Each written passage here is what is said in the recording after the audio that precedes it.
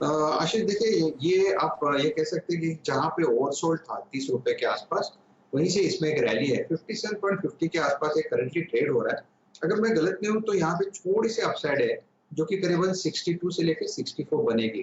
तो इसमें लेकिन ट्रेड पोजिशनली ना बना है, क्योंकि 30 रुपीज़ से यहाँ पे पुल बैक है और हमें सबको पता है पीएसयू बैंकिंग वैसे वीक काउंटर में से है। तो आपको अगर ट्रेड लेना है तो स्टॉप लॉस के साथ करें। 54.50 का स्टॉप लॉस लगाएँ और ऊपर में 62 का टारगेट होना चाहिए।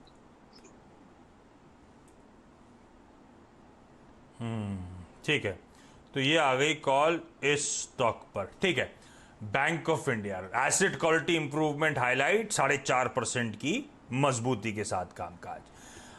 अगला जो क्वेरी है वो अलवर राजस्थान से निशांत जी जोड़ते हुए। निशांत जी गुड आफ्टरनून सर, सवाल पूछें। सर मैंने वीआईपी के 100 शेयर ले रखे हैं 276 की रेट पे, और मैंने प्राज इंडस्ट्री ले रखे हैं 200 शेयर 72 की रेट पे।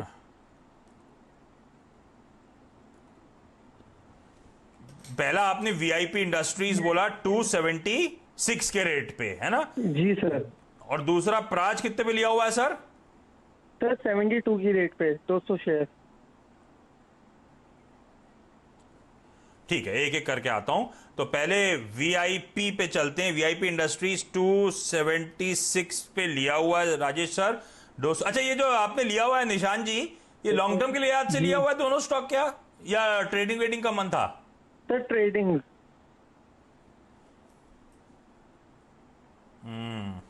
निशान जी स्टॉप लॉस नहीं लगाए, ये लगा रखा है कोई? नो सर, स्टॉप लॉस नहीं लगाया था। ठीक है, अब तो अब ये गड़बड़ हो गया है इसमें। सतुते सर, वीआईपी इंडस्ट्रीज 13-14 रुपए का लॉस हो रहा है, ट्रेडिंग का मन था, क्या करना चाहिए? दमकम है क्या? स्टॉप लॉस लगा के खड़ा रहूं, एग्जिट करूं, जितने भी लॉसेस हैं उसके साथ? आप क्या करते अगर आपके पोर्टफोलियो में होता? और क्या ये उस तरह का स्टॉक है कि पोर्टफोलियो में होल्ड कर लिया जाए लंबा, अगर भाव नहीं आ रहा तो? ऐसा है क्या? अच्छा देखो, इसी हफ्ते 22 तारीख को वीआईपी इंडस्ट्रीज में हमने टेक्निकल ब्रेकआउट देखा। ब्रेकआउट के बाद 2 दिन से ये सबड्यूड है। मैं सबड्यूड शब्द का इस्तेमाल कर रहा हूँ, इसका मतलब ये नहीं कि इसमें वीकनेस है, बस साइडवेज हो गया, क्योंकि ब्रेकआउट देने के बाद थक गया है। इसका अगर आप टेक्निकली देखें तो 250, 255, 260 यानी 250, 260 का एक क्लस्टर ऑफ सपोर्ट है, उसके नीचे इमीडिएट जाएगा ऐसा लगता नहीं है। तो अगर मेरी पोजीशन होती तो मैं 240 के स्टॉक में स्टॉप लॉस के साथ बने रहता। ऊपर में इसका पहला टारगेट बनता है 295। 295 का लेवल निकलने के बाद 325। So looking at the risk to reward ratio, मुझे लगता है यहाँ पे मैं एक छोटी रिस्क लेके काम कर सकता हूँ। स्टॉप लॉस लगा के आप दो रखें।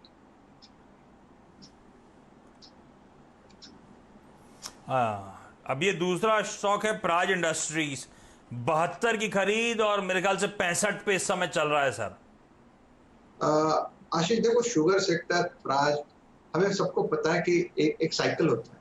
तो फिलहाल थोड़ा सा ठंडा पड़ा है, क्योंकि अभी चला, ऐसा नहीं कि ये चला नहीं। तो सबसे मुझे तो लगता है कि ये इस रैली में सबसे पहले पार्टिसिपेट करना जिसने शुरू किया वो इथेनॉल और हम लोग जो स्पेशलिटी केमिकल, तो ये सब पूरा शुगर सेक्टर इसी की तो बात करते थे।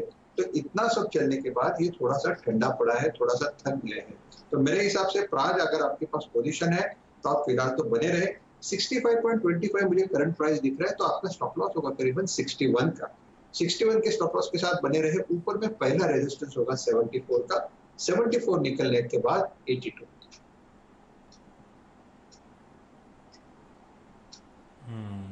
ठीक बात।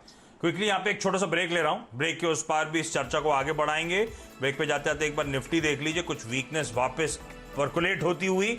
अब 1.25% से ज्यादा कमजोरी के साथ निफ्टी बैंक 300 अंक नीचे इस समय कामकाज करता हुआ, और निफ्टी सेंसेक्स भी नियर डेज लोज, एट डेज लोज के आसपास आते हुए ऑलमोस्ट अब 3/4 से 1% का दबाव। सेंसेक्स 300 पॉइंट का प्रेशर झेलता हुआ, वो आप लोग की स्क्रीन के आरएचएस में देखिए, वो निफ्टी की चार्ट भी इंट्राडे चल रही है, किस तरह की वीकनेस इस समय बाजार में आ रही है। ब्रेक के उस पार लौटते हैं, देखते हैं बाजार की हालात, और सत्य सर से फिर कुछ इंटरेस्टिंग स्टॉक्स पे कॉल लेंगे।